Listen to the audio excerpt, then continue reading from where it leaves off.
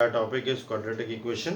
और quadratic equation में हमारा पहला क्वेश्चन है कि अगर एक्स वाई जेड डिफरेंट है, रियल है, डिस्टिंक्ट है, तो ये जो एक्सप्रेशन u है ये कैसा होगा, positive, non positive, negative.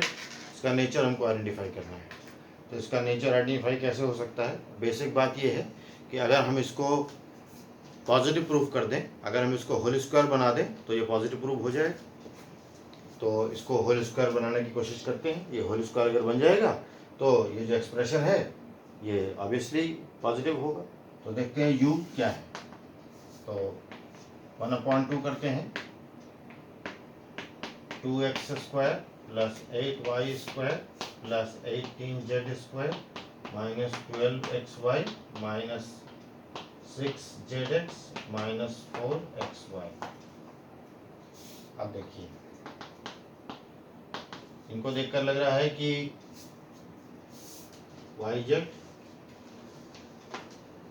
zx और xy, इनको देखकर लग रहा है कि आप यहाँ पर अगर 6 एक्सप्रेशन बना लें तो a प्लस 3 ब्रैकेट्स हमको मिल सकते हैं a माइनस बी का होल स्क्वायर के।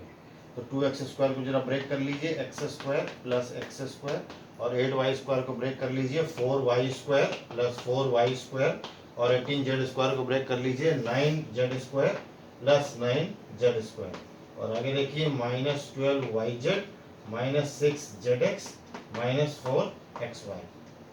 अब x² 4y² और xy वाला टर्म ले लीजिए 4xy, इन तीनों को मिला दीजिए तो ये x माइनस 2y का होल स्क्वायर बन रहा है। This is x minus 2y whole square. ये हमारा टर्म बन रहा है u is equal to 1/2 x minus 2y whole square plus, आप देखिए ये x² है, ये z² लीजिए तो साथ में xz लीजिए,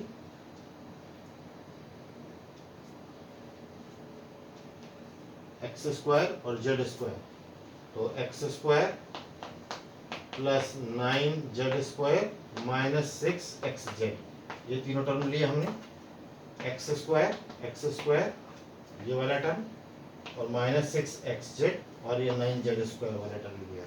अब ये तीनों टर्म हमने ले लिए तो ये क्या है, x माइनस 3z का होल स्क्वायर बन रहा है, x माइनस 3z का होल स्क्वायर बन रहा है। अब क्या बाकी तीन टर्म से हम होल स्क्वायर बना सकते हैं? ये 4y² है, लीजिए 4y² प्लस 9z², क्या हमको साथ में yz वाला टर्म मिल रहा है, 12yz माइनस 12yz, क्या इससे होल स्क्वायर बन रहा है? तो u is equal to 1/2 x minus 2y का whole square plus x minus 3z का whole square plus 2y minus 3z का होल स्क्वायर। पूरा का पूरा एक्सप्रेशन जो u था वो हमारा होल स्क्वायर में कन्वर्ट हो गया। इसका मतलब ये एक्सप्रेशन पॉजिटिव है। यही तो हमको देखना था, ये पॉजिटिव है कि नॉन पॉजिटिव है कि नेगेटिव है, इसके रूट्स रियल और डिस्टिंक्ट हैं। तो ये हमारा फर्स्ट क्वेश्चन। चलिए नेक्स्ट क्वेश्चन करते हैं। ये तो बहुत इजी क्वेश्चन था, होल स्क्वायर बनाने से प्रूव हो गया। नेक्स्ट क्वेश्चन करते हैं। हमारा सेकंड क्वेश्चन है कि हमको दिया गया है कि b is greater than a, तो हमको बताना है x minus a x minus b minus 1 is equal to 0, इसके रूट्स कहाँ पर लाई करेंगे? तो जरा इसको मल्टीप्लाई कर दीजिए। दो नंबर्स हैं जहाँ पर b a से बड़ा है, क्वाड्रेटिक है, तो इसके रूट्स भी होंगे। तो अब इसके रूट्स कहाँ पर लाई करेंगे वो आपको बताना है नंबर लाइन पर।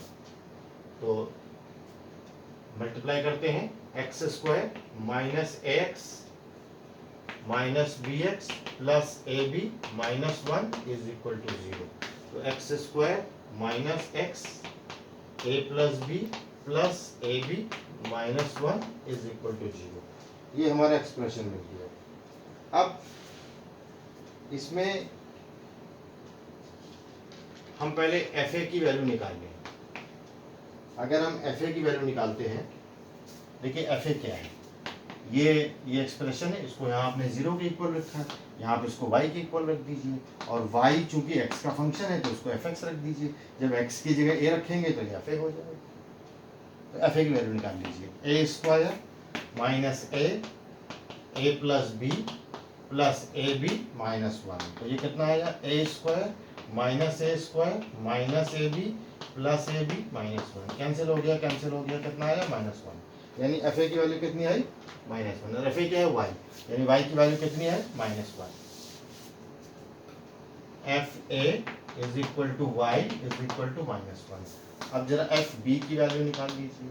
एफ बी इसी में रखिए, एक्स, और एफ बी क्या है, एफ बी भी तो वाई है, तो ये x square minus a x minus b x plus a b -1, इसमें रखना है एफ बी। तो b square minus a b minus b square plus a b -1। B square से बी स्क्वायर, ए बी से a B कितना है, -1। यानी कि एफ बी की वैल्यू कितनी है, -1। एफ ए कितना है, -1। एफ बी कितना है, -1। और इसको आप कंपेयर करिए a x square plus b x plus c से, तो ए की वैल्यू कितनी है, 1, यानी ए पॉजिटिव है। ए पॉजिटिव होता है तो पैराबोला कहाँ खुलता है, ओपनिंग अपवर्ड्स। यानी हमारा जो पैराबोला है जो भी है वो ओपनिंग अपवर्ड्स होना चाहिए। अब ओपनिंग अपवर्ड्स होना चाहिए, लेकिन उस पैराबोला की कंडीशन ये है कि ए और बी ऐसे दो नंबर्स हैं जो एक्स एक्सिस पर होंगे जिसमें b is greater than a। तो b आगे होगा a से, b a से बड़ा है, और दोनों के लिए y की एक ही वैल्यू है। एक कंडीशन, y की एक ही वैल्यू है और पैराबोला को ऊपर खुलना चाहिए। तो क्या पैराबोला ऊपर खुलेगा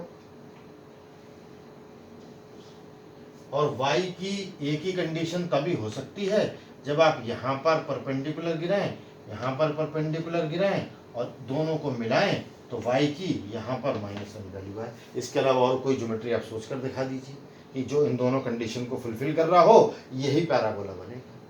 अब जब यही पैराबोला बनेगा तो ये अल्फा और बीटा दो रूट्स पर काट रहा है। तो हमसे पूछा गया था कि अल्फा और बीटा की पोजीशन क्या होगी।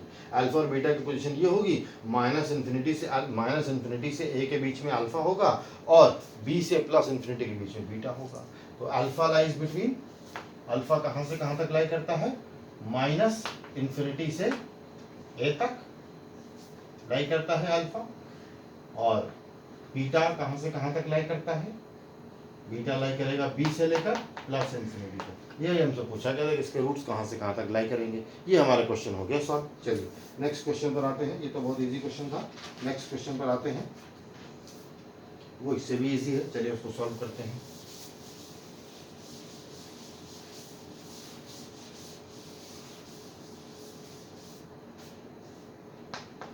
x² - 3kx + 2 e⁻² ln k -7 = 0। इस इक्वेशन के बारे में दिया गया है कि इसके रूट्स का प्रोडक्ट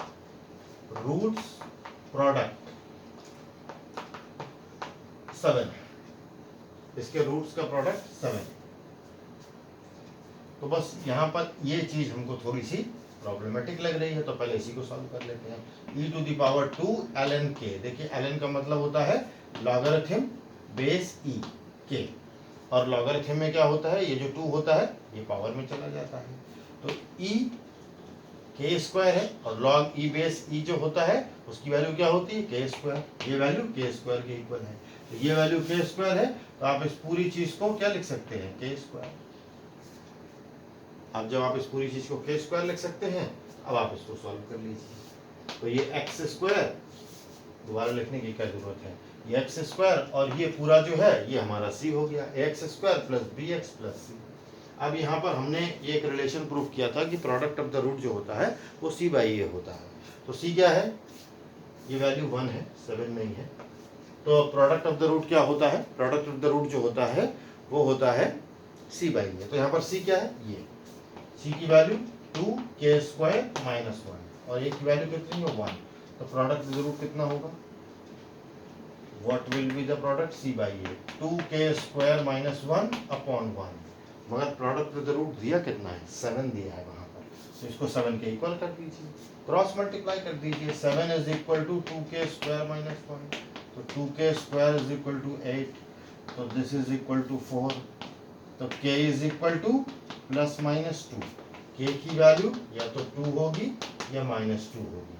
अब k की वैल्यू क्या -2 हो सकती है। अभी हमने जहां पर k² लिखा था वहां पर एक्चुअली क्या बात लिखी हुई थी, e⁻² ln k। तो क्या नेगेटिव नंबर का लॉगरिथम हो सकता है? नहीं हो सकता। इसका मतलब ये जो -2 वाली वैल्यू है ये डिस्कार्डेड है। प्लस की k की वैल्यू +2 ली जाएगी। जब k की वैल्यू +2 ली जाएगी तो हमारी k की वैल्यू इस क्वेश्चन में पूछ रहे थे वो हमने निकाल दी k की वैल्यू।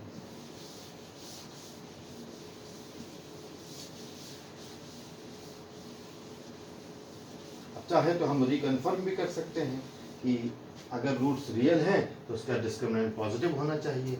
जस्ट फॉर कंफर्मेशन आप देख लीजिए कि इसका डिस्क्रिमिनेंट क्या पॉजिटिव है। वैसे तो हमने प्रूफ कर दिया है, लेकिन अगर आप चेक करना चाहते हैं कि क्या डिस्क्रिमिनेंट पॉजिटिव है, देखिए निकलेगा। तो a की वैल्यू कितनी आ रही है 1, b की वैल्यू कितनी आ रही है -3k, c की वैल्यू कितनी आ रही है 2k² - 1, b² - 4 इसी करते हैं -3k का स्क्वायर -4 × 1 × 2k² - 1, ये क्या पॉजिटिव है देखते हैं। तो 9k² -8k² +4 क्या ये पॉजिटिव होगा? k² +4 क्या ऑलवेज पॉजिटिव होगा? बिल्कुल होगा, क्योंकि k की वैल्यू आपने क्या निकाली है? k की वैल्यू आपने 2 निकाली है। माइनस भी निकाली होती तब भी ये क्वांटिटी निगेटिव नहीं हो सकती थी, क्योंकि ये चीज़ तो पॉजिटिव होनी है और इसमें 4 ऐड करेंगे तो ऑब्वियसली वो 4 से बड़ा ही होगा। तो डिस्क्रिमिनेंट पॉजिटिव है, इक्वल टू 0 भी नहीं है। इसका मतलब ये जो k की वैल्यू है ये +2, यही इसका आंसर है। चलिए एक और क्वेश्चन करते हैं।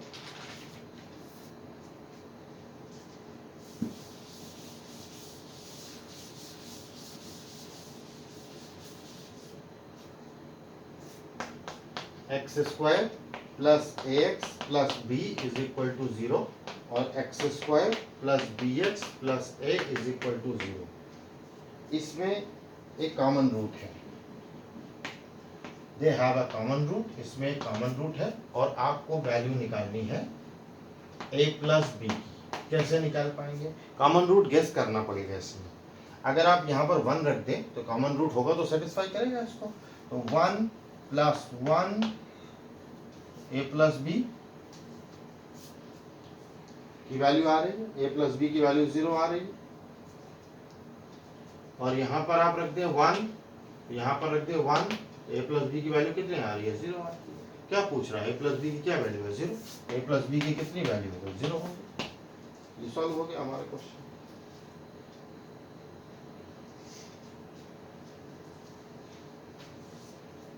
वन प्लस वन नॉट 0, 1 + 1 है तो a + b की वैल्यू 0 नहीं आ रही है। a + b की वैल्यू उसको ट्रांसफॉर्म करिए होता है, मैंने इधर देखा है, उसको ट्रांसफॉर्म करिए।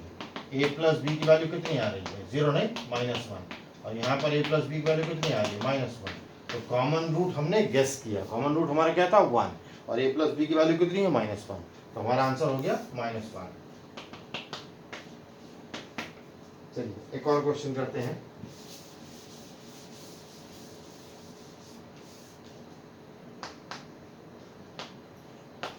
log 7 log 5 √x + 5 + √x = 0। देखिए अगर log 7x = 0 होता तो x = 7 की पावर 0, ये लॉगरिथम की प्रॉपर्टी होती है। तो आप इसको ध्यान मत दीजिए, इस पूरी चीज को, आप इस पूरी चीज को इसमें x के लिए सॉल्व करना है इक्वेशन। अब इस पूरी चीज को आप ध्यान मत दीजिए। तो ये क्या होगा? ये वाला लॉग हटाने के लिए हमको क्या करना पड़ेगा? log √x + 5 + √x, ये जो चीज है ये = 7 to the power 0 होगा, जैसे मैंने अभी समझाया। यही तो लॉ ऑफ एक्सपोनेंट है। तो अब ये 7 to the power 0 कितना होता है? 1। अब यहाँ पर वही फार्मूला लगाइए। अब ये वाला लॉग हटाने के लिए ये जो पूरी चीज है √x + 5 + √x, ये जो पूरी चीज है ये 5 to the power 1 होगी। 5 to the power 1 होगी, बिल्कुल ऑब्वियस। ठीक, अब जब ये चीज 5 to the power 1 होगी तो अब आपने लॉग हटा दिया। तो आप क्या करें? उसको उधर ले जाएं। √x + 5 = 5 - √x। अब आपके पास होल स्क्वायर करने के अलावा तो कोई रास्ता है नहीं। अब दोनों साइड में होल स्क्वायर कर दीजिए और इक्वेशन को सॉल्व कर लीजिए। करते हैं, होल स्क्वायर कर दीजिए तो ये कितना बचा? x + 5 = √5, नॉट √5, 5 - √x, और इसका होल स्क्वायर कर दीजिए, क्योंकि इसका होल स्क्वायर करेंगे तो रूट हट जाएगा। x plus 5 is equal to 25 plus x minus 10 root x, x से x तो कैंसिल हो गया, 5 को उधर ले जाइए, 0 is equal to 20 minus 10 root x। इसको सॉल्व करते हैं।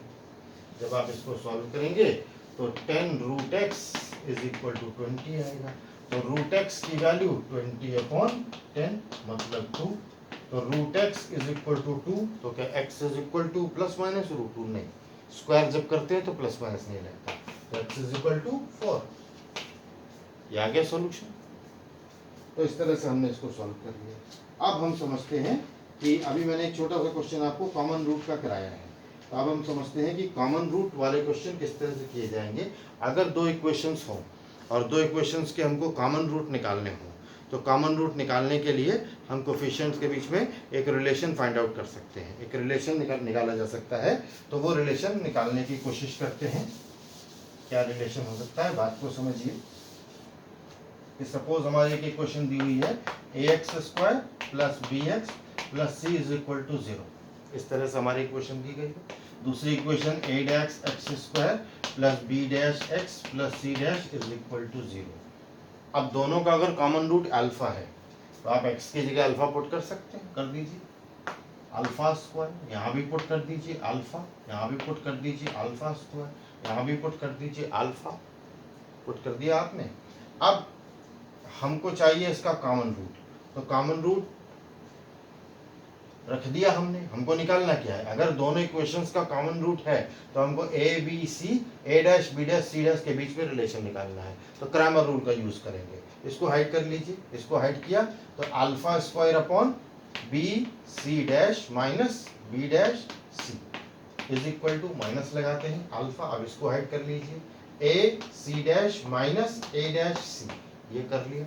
अब इसको हाइड कर लीजिए 1 upon a b' minus a' b। अब ये तीनों क्वांटिटीज रेशियो में है, तो तीनों क्वांटिटीज रेशियो में है तो आप बीच वाले का स्क्वायर करके इसको मल्टीप्लाई कर दें तो दोनों इक्वल होंगे। ये रेशियो की प्रॉपर्टी होती है, जरा करके देखते हैं। तो alpha square upon bc' minus b' into 1 upon a b' minus a' b, this is equal to alpha square upon ac' minus a'(c). ये दोनों अल्फा स्क्वायर कैंसिल हो जाएंगे। ये रिलेशन हमको मिल रहा है, ये होल स्क्वायर है क्योंकि आपने होल स्क्वायर ऊपर नीचे किया है, तो ये होल स्क्वायर है, तो ये इसके इक्वल होगा। तो कॉमन रूट की कंडीशन क्या होती है, ac' माइनस a'(c) का whole square is equal to bc' minus b'(c) ab' minus a'(b)। Next video में मैं कॉमन रूट की फिर से डिस्कशन करूंगा और डिटेल में, ताकि आपको बात समझ में आए। ये मैंने इसको पूरा एक्सप्लेन कर दिया है कॉमन रूट्स की कंडीशन को। Thank you very much for watching.